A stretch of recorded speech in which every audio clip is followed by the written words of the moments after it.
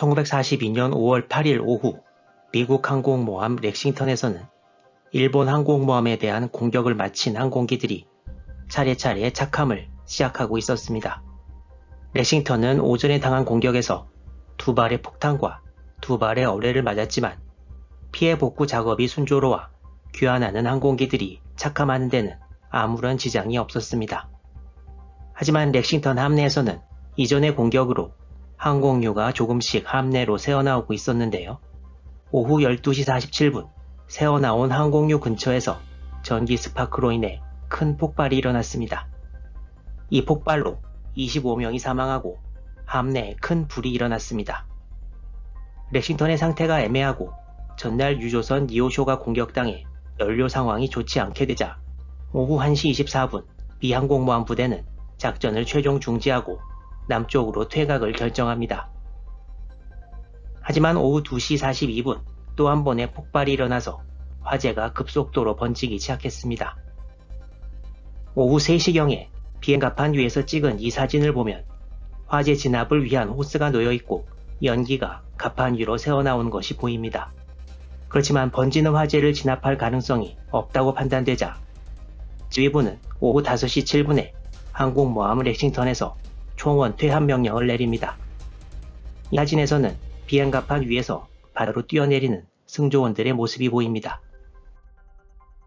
이 화면에서는 아마도 퇴함 명령이 내려지고 나서 선체가 기울어진 채 큰 화재에 휩싸여 연기를 내뿜고 있는 렉싱턴의 모습이 보입니다. 이때쯤이면 이미 항공모함은 구할 길이 없는 상황이 된 이후이고요. 그리고 이 사진은 오후 5시 27분에 찍힌 것인데요. 함내에 보관해 두던 어뢰나 폭탄이 폭발하는 모습으로 추정된다고 합니다. 결국 렉싱턴은 자침 결정이 내려지고 오후 7시 15분 미군 구축함으로부터 어뢰를 맞고 1942년 5월 8일 오후 7시 52분에 사노해 약 4,380m 바닷속으로 가라앉습니다. 렉싱턴의 총원 2,951명 중에서 216명이 사망하고 2,735명이 구조됩니다. 렉싱턴이 가라앉으면서 항공기도 30여 대 이상 손실되었습니다.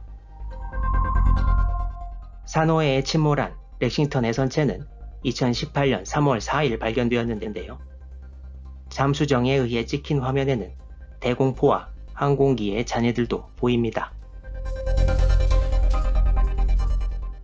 일본 측은 지난번에 살펴본 대로 항공기 손실이 너무 심해서 공격은커녕 포트 모리스비 공격대를 호위할 항공기들도 모자란 상황이었습니다. 일본은 태평양 전쟁 초반에 육군이 진격할 때 항상 육상기지 혹은 항공모함에서 항공기가 육군을 엄호하는 것을 원칙으로 하고 있었습니다. 상황이 이렇게 되자 포트 모리스비 공략작전을 총지휘하는 이노우에 중장은 포트 모리스비 상륙을 7월 3일로 연기하는 명령을 내립니다. 그리고 큰 피해를 입은 쇼카쿠는 일본으로, 즈이카쿠는 라바울로 귀환 명령을 내립니다. 그런데 이 시점에 일본 수뇌부에서 작전 상황과 관련해 혼선이 있었는데요. 이노우에 중장이 독단적으로 후퇴를 결정했다고 생각한 야마모토 사령관은 즈이카쿠에 미 해군 나머지 병력을 찾아서 섬멸할 것을 5월 8일 밤에 명령합니다. 이따라 즈이카쿠는 5월 11일까지 이미 사라진 미군 항모를 찾다가 늦게 귀환합니다. 한편 이번 해전에서 큰 피해를 입은 쇼카쿠는 3개월간 수리가 필요하다는 판정을 받았습니다.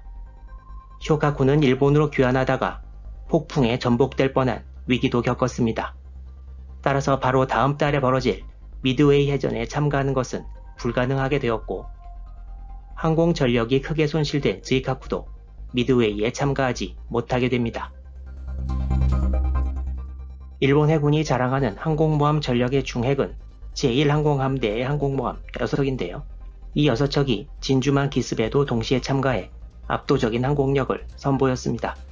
그렇지만 미드웨이를 앞두고 미국 항모부대를 섬멸해야 하는 상황에서 사노해 해전의 결과로 3분의 1 숫자의 항공모함 그리고 항공 전력이 빠지게 된 것입니다. 일본 해군은 즈이카쿠에 새로 항공대를 편성해 보낼 수도 있었으나 그렇게 하지 않았습니다.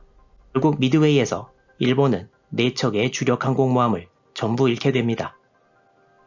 따라서 사노해 해전이 미드웨이에도 결국 부정적으로 영향을 미친 것이라 할 수 있겠습니다. 일본은 사노해 해전에서 요크타운을 포함해 미국 항공모함 2척을 격침시켰다고 발표했습니다. 그렇지만 실제로는 일본은 경항모 쇼호가 침몰한 반면 미국은 대형 항모 렉싱턴이 침몰해서 침몰한 항모의 톤수로만 보면 일본이 승리했다고 볼 수도 있었습니다.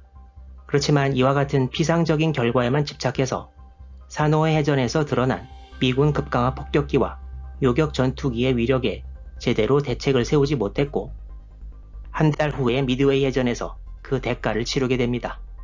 더군다나 미국은 사노해 해전에서 피해를 입어 2주간의 수리가 필요했던 요크타운을 진주만에서 48시간 안에 수리를 마쳐 미드웨이에 출항시킴으로써 일본과는 다른 준비 자세를 보여주기도 했습니다. 사노해 해전 자체적으로는 전술적으로 일본에 유리하게 끝났지만 싱가폴, 인도네시아, 필리핀에서 차례대로 승리를 거둔 일본이 포트 모레스비를 점령해서 미국과 호주를 분리시키려고 했으나 이러한 전략적인 목표를 달성하지 못하고 후퇴한 것은 이번이 처음이었습니다. 일본은 미드웨이 이후 다시 항모를 동원해 6인이 작전을 수행하려고 했으나 그 기회는 결국 다시 오지 않습니다.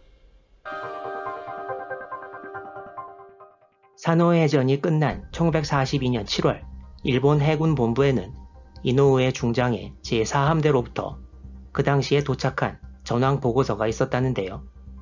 이 보고서를 본 장교의 증언에 의하면 여기저기에 붉은색 글씨로 약충, 바보 등의 욕설이 많이 쓰여 있었다고 합니다. 그만큼 이노우에 중장의 사노해 해전 지휘에 대해서는 일본 내에서 비판이 많았습니다. 결국 1942년 10월 7일 야마모토 연합함대 사령장관이 이노우에 중장을 전함 야마토상으로 초대해 10월 26일부로 일본에 있는 해군병 학교 교장으로 임명되었음을 통보했습니다. 전투부대에서 쫓겨나서 사실상 좌천이나 다름없었는데요. 이노우에 중장은 이때 자기는 전투에 소질이 없어서 명령을 받고 안심했다고 전후의 심경을 토했다고 합니다. 1942년 5월 7일과 8일에 걸쳐서 일어난 사노해 해전. 제 영상 시리즈를 마치고 막을 내리게 되었는데요. 다음으로는 사노해 해전 뒤에 일어난 6인이 방어전이 이전 영상들에 이어 계속 업로드됩니다. 여러분의 많은 관심 계속 부탁드립니다. 시청해주셔서 감사합니다.